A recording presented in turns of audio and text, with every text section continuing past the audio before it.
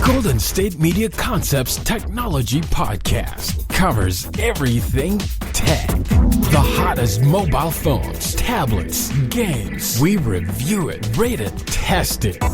Whether you're Microsoft or Apple, Android or iPhone, we'll give it to you again. Black and white. The Golden State Media Concepts Technology Podcast. Hello, everyone, and welcome to the GSMC Technology Podcast, brought to you by the GSMC Podcast Network. I'm your host, Mackenzie, and thank you so much for being here today. I'm so excited about today's episode because I heard so much positive feedback on my review of the top 30 things that were revealed at CES 2020. And now I'm going to talk about some of the worst things that were released at CES 2020. We're going to talk about some of the funny and some of the just straight up terrible tech products that were released at the conference. And to be clear, in the episode I did previously, please go listen to that if you haven't already, I was just telling you guys about what products were available, what was new, and what was cool in the world. I didn't actually get to talk about if I liked them or not. So today's list is a bit of a laughing, hilarious of, I don't really like it, but maybe you do like it. And if you do, that's great. Let's talk about it. Tell me why you like it. I can be convinced. I'm very persuadable. So please, if you have thoughts, write them in the review down below and let me know. Also, reach out through social media. This is a technology podcast. Let's not be afraid to actually use tech to talk to each other. I am on Twitter, Instagram, and Facebook, even a YouTube channel for the GSMC Technology Podcast. So go check us out and let's continue these conversations outside of the podcast. So now to start out today's podcast, I want to talk about what is new in the technology world, because similar to the marketing podcast I host, technology is always changing, always advancing. That's the way we like it. So it makes sense that I would always take time at the beginning of the episode to talk about what is new in the technology world. So Amazon told users to uninstall a product that PayPal just paid $4 billion for. The product was called Honey, which is a browser extension, and Amazon warned people that it was a security risk, and they did this at the height of the holiday shopping season. So PayPal had just paid $4 billion for the startup, which has worked with Amazon since it was founded in 2012. This appears to be Amazon's first, time they've ever talked about Honey in a negative way. However, it is definitely something that, people are saying that it's a marketing technique. And you know what, maybe I'll talk about that on the marketing podcast because that is very interesting. But in my mind, and I hope in my heart as well, that this really is, it just became a security risk, and Amazon cares about its customers. It cares about building trust with its customers. And so they really just wanted to let people know. I don't know though. I don't work at Amazon. I live in Seattle, so I guess I could just walk outside on the street and probably bump into an Amazon employee and ask, but I'm not going to do that because I have a podcast. Instead, what I want to do is I want to ask you what you think of Amazon telling people to get rid of Honey, if you think it is a good idea, if you think it's a marketing scheme, or if you really think it was a security risk. Also, let me know if you ever used Honey as a website extension, because I definitely didn't, so it was a shock to me. So let me know in the review down below or reach out through social media. Microsoft and Samsung are bringing back the walkie-talkie for work. Honestly, I read this article and I straight up fell on the floor. That's not true. I fell on the floor because I'm clumsy, but also because I'm very excited to have a walkie-talkie function be brought to back for work. It is super cool. You can use it for Slack, and you just basically, there's going to be a little button where you can just talk to people and launch it over a Microsoft chat team. So super interesting, super innovative. I can't wait to walkie-talkie with my boss. I'm never going to leave her alone now. So I don't know. I'm super excited about this. I think it's super cool, and it's just, sometimes technology can just be so fun. And I love seeing stuff like this because it is just fun, but it's also going to be so helpful. And it is something that, sometimes we do maybe change things unneededly, or we do take inspiration from the past. Maybe technology can be a little bit like fashion, where things come back into style, because I am all here for a walkie-talkie phone. If me and my boyfriend can get them, I will walkie-talkie with him all day long. So definitely really cool. Congrats, Microsoft and Samsung, and I can't wait to get one. Alright guys, the next story is one that I actually also did talk about on my marketing podcast, but it was just so thought-provoking on both a marketing and a technology standpoint that I wanted it to share on both podcasts. So if you're interested in hearing the marketing side of this, go check it out, the GSMC Marketing Podcast. I host that show every Monday, Wednesday, and Friday, just like I host this show every Monday, Wednesday, and Friday. So definitely go check it out if you're interested in hearing the marketing side of the story. But for now, the technology side is that YouTube has rolled out a new child content policy. So 2 things go along with this story. One is that YouTube creators are now going to have to decide if their content is child-friendly, meant for kids, or if it is not meant for kids and kids should not be allowed to watch it under any circumstances. If they choose to make content for children, they will no longer be able to have monetization, personal ads before the video, comments on the video, or have people be able to share the content. So that's definitely impactful for people who create content for children already. There are a lot of shows that I watch that I'm like, well, a kid could watch this. I don't see anything inappropriate with it, but is it a kid's show? I don't know. Luckily, I'm not the one who's going to have to make that call. What is interesting, however, is if you make the wrong call, YouTube is going to go to great length to correct that call. So they said in a blog the other day, we also use machine learning to help us identify this content, and creators can update a designation made by our system if they believe it is incorrect. We will only override a creator's designation if abuse or error is detected. So basically they're saying if you said it's not content for children and it turns out it is, or you're saying this is children's content and it turns out it's not, YouTube's going to change it. They really don't care what their YouTube creators have to say about it. They can fight back, but like they said here, they get to make the final call. And that is so interesting because YouTube used to be the place where there was no final call. The final call was made with the creator. It was made about their content, and it was an expression of who they were and a little bit of freedom of speech. So it is so interesting that they are taking away elements of that feeling, of those efforts to put these rules up around it. And maybe the rules are necessary. There were a lot of stuff going on about children's privacy and about all of that. So maybe this is a good thing, but I don't know. And maybe it's not my place to have an opinion on it either. So let me know your opinion on it and what you think about this. Let me know in the review down below or through social media, because it is really, really interesting and something we should all consider when using the platform. Something else we should consider when using the platform is that YouTube is now going to be taking data from anyone who watches content made by children, whether that is a child themselves or someone who is not a child but is watching content made for children. YouTube is going to be taking their personal data.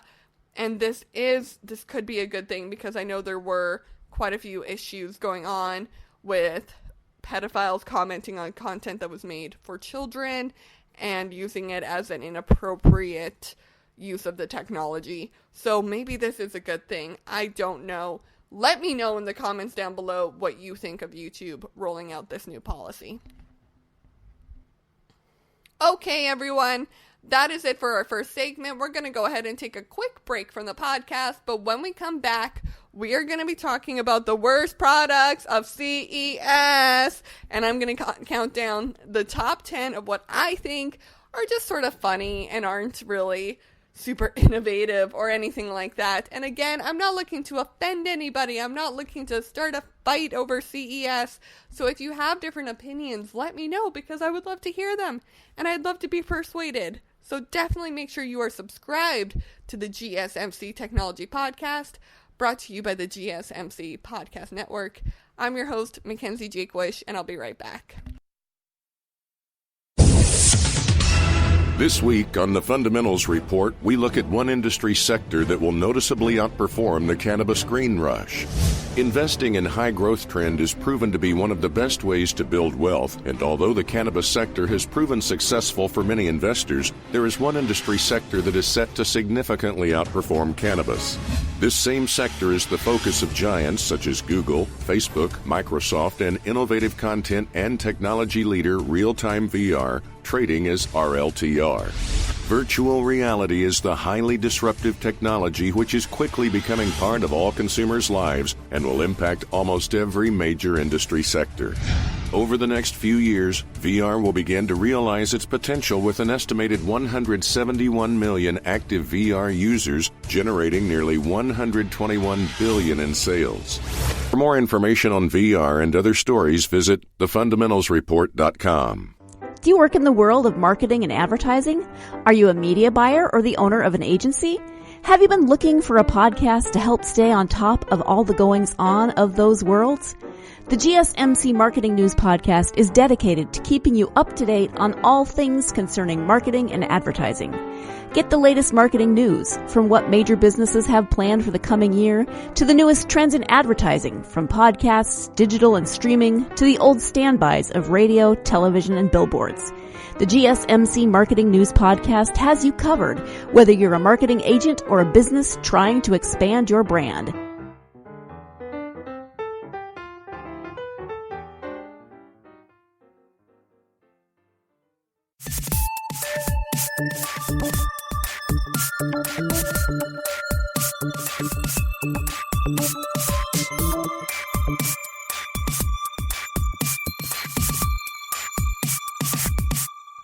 Hello everyone, and welcome back to the GSMC Technology Podcast, brought to you by the GSMC Podcast Network.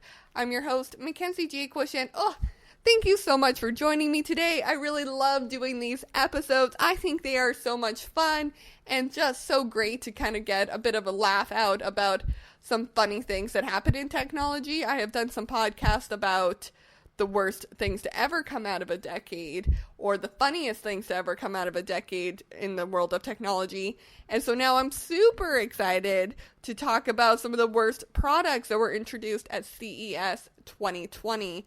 I did a podcast last week on Friday about all of the products that were introduced, and we talked around 30 of them. Now I want to talk about some of the ones that came out, and I did mention them in previous podcasts, but I didn't mention if I actually liked the product, which I'm going to do now. So let's buckle in, folks, and let's talk about it. The Segway S-Pod. So for those of you that were listening to my episode where I talked about the worst products of the decade, and I talked about what products will not be coming with us into 2020, I picked the Segway as the number one product that was just horrible in the 2010s and would not be coming with us into the future. And then CES happens, and Segway introduces the Segway S-Pod. And for those of you that listened to me talk about it in last week's episode, and you were like, but what if it's meant to be a wheelchair? What if it's meant to help people with disabilities? Think again, because it has no handlebars. You have to enter through the front, so you can't easily get into it, and it goes 20 miles per hour. So I don't really see this as something that would help people who were unable to walk, who had mobility issues, and I see it more as a dumber Segway, and it's going to make us look like the people from WALL-E who are bopping around the track in their little cars. So, gosh, I'm picking this. We have 10 to go through. This is number 1. I didn't want to make it number 10 again, just in case, the Segway people start coming after me, because they might. Instead, I'm putting it as number 1 because it does anger me. However, I am aware that if a Segway S-Pod tour happens in Seattle, I'm going to have to go on it at this point. Like, that's just going to have to happen. I've talked about it so much that I'm going to have to try them out eventually. So if that does happen, I'll host a podcast from the S-Pod tour. I'll do it. I'll vlog the whole thing. So stay tuned to see if that ever happens. The Yeti one-wheel cooler. So I'm sure we've all seen people at the airport using a suitcase that they sit on and it wheels around for them rather than them having to actually pull their own luggage. Well, this is like that, except it's a cooler. So what I think happened is that Yeti took a look at their coolers and they're like, gosh, it's a great product. But do people have any problems with it? Oh, people don't like carrying them? They're awkward to carry? Perfect. Let's make it super easy and cool for people just to be able to sit down and wheel around on our coolers. The problem with that, I think it's a great idea. I really love the fact that they took a look at their product and took a look at, what was wrong and if they could improve it. I think that's really great and a really great exercise to do if you're in the technology world and you want to be innovative. However, I think the problem was the execution. Because if I'm going to a barbecue, I don't want to ride in on my cooler. It is not cool. Okay, maybe me saying ride it on my cooler isn't cool. That's not cool either. But nothing is as geeky as this Yeti one-wheel cooler. Go take a look for yourself and let me know what you think, if you would use it, or if you think it's just sort of silly and unneeded and you have no idea who would buy one. Or if you do know someone who would buy one, I'll put the link in the description or tweet it out later because they are for sale. You are able to buy one if you choose to do so. So, I don't know, live at your own discretion. Maybe it's a really great idea. I'm just saying that for me, because this is a countdown of the products that I just sort of thought were funny and not really super technology driven, this product is making the list as number 2 because I just don't really see it as something that needed to be at CES. The next one is the Charmin Rollbot. So, I don't know, maybe it's because I grew up with siblings. I never had the issue of running out of toilet paper and not having anyone nearby to get you a roll. But the Charmin Rollbot is basically a little robot the size of like one of those little vacuums that goes around your house. But it has a piece of toilet paper attached to it, and you can call it over to come bring you a fresh roll of toilet paper. I have a similar problem to this that's to the Yeti one-wheel cooler. I think they're very funny and are in the long stretch of the world pretty useful. But do they belong at CES? Are they a piece of technology that needed to be introduced at this really big conference? Because I talked about in the last episode some pieces of technology that are really going to change the world. And although it is super useful to have someone invent a robot that will deliver my toilet paper for me, it is not fully necessary. And it's funny. It is. I had a good laugh reading about it. So definitely go look it up if you're interested. And I don't know, we're fixing the world's problems one toilet paper rollie at a time. So it's definitely interesting that this was introduced at CES, and I'm interested to see if this goes to stores. Will I be going to my local Trader Joe's and seeing a Charmin Rollbot? Oh, well, Trader Joe's always does things with their own brand name. So would it be a Joe Rollbot? Get Trader Joe's toilet paper rolled on over to you. I don't know. We'll find out. I can't wait to see.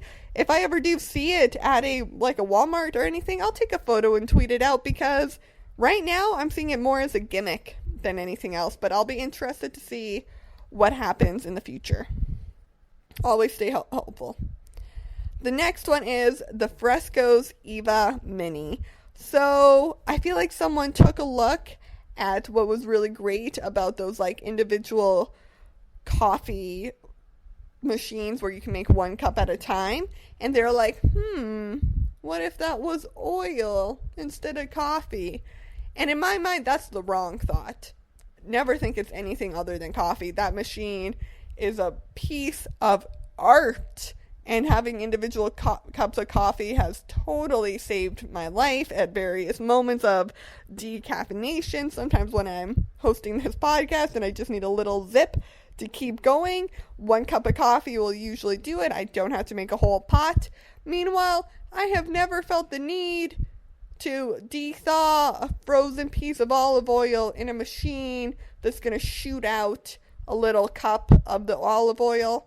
Like, if I need that, I'll just pop it in the microwave. If I didn't have a microwave, I would just put it on the stove. So this seems a little wasteful to me, especially considering the actual machine is over $30. And then for a pack of 10 of the correct little olive oils that you need, it's like $28 for a pack of 10. So super wasteful. I don't know if any of the packs are like good for the environment, so that could be wasteful and harmful to our earth. And honestly, it's the same problem I had with the other two. It seems like a gimmick and it feels like a gimmick. And if it looks and smells like a skunk, guys, it's probably a skunk. So, I don't know. The point was brought up to me is that maybe this piece of technology is for people who like dipping their bread in olive oil and they like to do that consistently enough that this would be useful for them. And if you're one of those people, congratulations, I have found the product for you. Again, I'm not looking to fight. I'm not looking to start a war with this Fresco's Eva Mini. I'm just saying that for me, this was not the type of product I expected to see at the CES 2020 conference. The last one I want to talk about is one that I'm actually conflicted about. So if you have thoughts on this, please write them in the review down below, because I can definitely be persuaded if this product is actually going to be useful, because I find the idea of it to be so useful. I am talking about Samsung's Ballie. So I talked about it quite a bit on the other podcast, but I talked about it in a super general way, that it is similar to the Home Alexa, to the Google Home, to Siri and all that, in the way that it's a home assistant tool that you can say, hey Ballie, turn on my coffee. Hey Ballie, put this on my shopping list. And all that is great, super useful, super advanced for our technology-driven world. My issue with it is that it's a ball that has a camera on it that's gonna follow you around like a little personal assistant. I don't know. It just seems unsettling to me. I don't like it in thought, in theory, or in my dreams. However, if I were to be given one as a gift, it might totally change my world. I might think it's the best thing ever. I might give it a new name, put it in little outfits, take it to the zoo with me. But for right now, the image of a little yellow ball with a camera on the front of it following me around, having all of my banking information, being in my house, is just a little too much for me to handle right now. And I just don't think I would choose it over the Alexa or the Google Home. But that's just me. Please let me know your thoughts on Ballie in the review down below, because I would love to have my mind changed on this one. I really would. Okay, everyone, that has been 5 of the worst products introduced at CES. And when we come back, we are going to talk about the top 5 that I haven't even brought up yet. So get ready for that, because you are listening to the GSMC Technology Podcast, brought to you by the GSMC Podcast Network. I'm your host, Mackenzie Jakewish, and I'll be right back.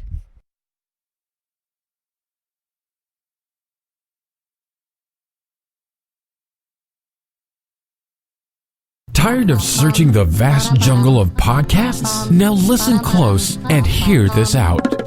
There's a podcast network that covers just about everything that you've been searching. Hey! The Golden State Media Concepts Podcast Network is here.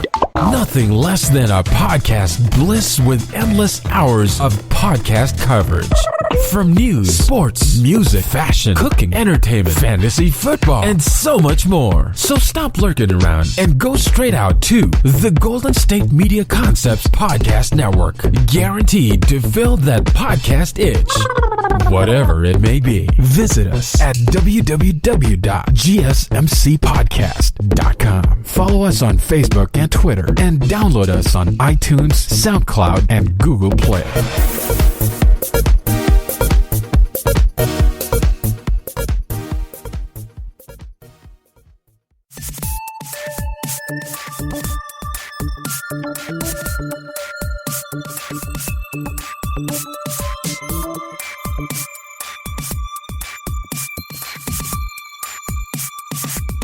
Okay, everyone, welcome back to the GSMC Technology Podcast, brought to you by the GSMC Podcast Network. I'm your host, Mackenzie Jakewish, and before the break, we talked about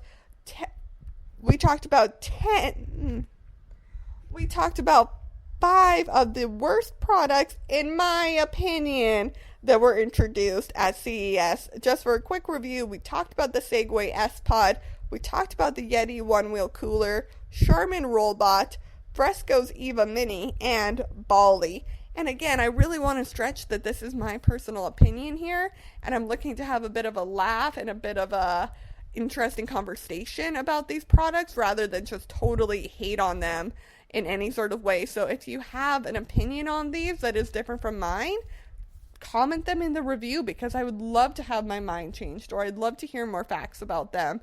So let me know, because it would be a very interesting conversation that I would love to have.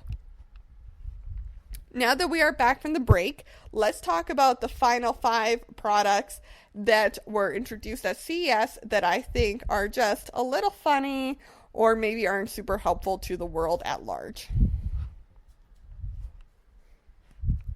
The Tonu trash can.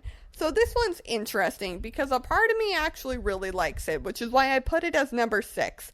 I didn't want to put it too strongly on the list as this is a horrible product, don't buy it. Because a part of me is like, well, actually, if I had a big family that was living with me, because I do have a big family, they just don't live with me. But if I had a big family all in the same house, this might be useful. Basically, it's a trash can that has sensors on it that when the trash gets too full, it ties the bag up for you, it replaces the bags itself, and it just seems a little more useful. It's a better way to keep things clean and organized. However, the bags that you have to buy to use it are super expensive, and they're only available for this one type of product, and you can't use other bags with it, and it just seems like a lot of work for something that actually isn't that hard. And so, I don't know, I don't like seeing products like this, because in my mind, I'm always like, but shouldn't we be trying to invent things that are actually useful and just aren't? Well, that's cool. That'd be kind of helpful. I guess I don't like tying up my own garbage, rather than totally changing something that didn't need to be changed, that nobody asked us to change. So, I don't know, guys. I'm not super in love with this trash can, but also I don't super hate this trash can. Let me know what your thoughts are on it and what you think of the trash can. And maybe you have really strong opinions on if you like to do up your own bag. If you are someone with those opinions, let me know. Let's have a conversation. Let's grab some coffee, because I have some questions. I've got some questions for you.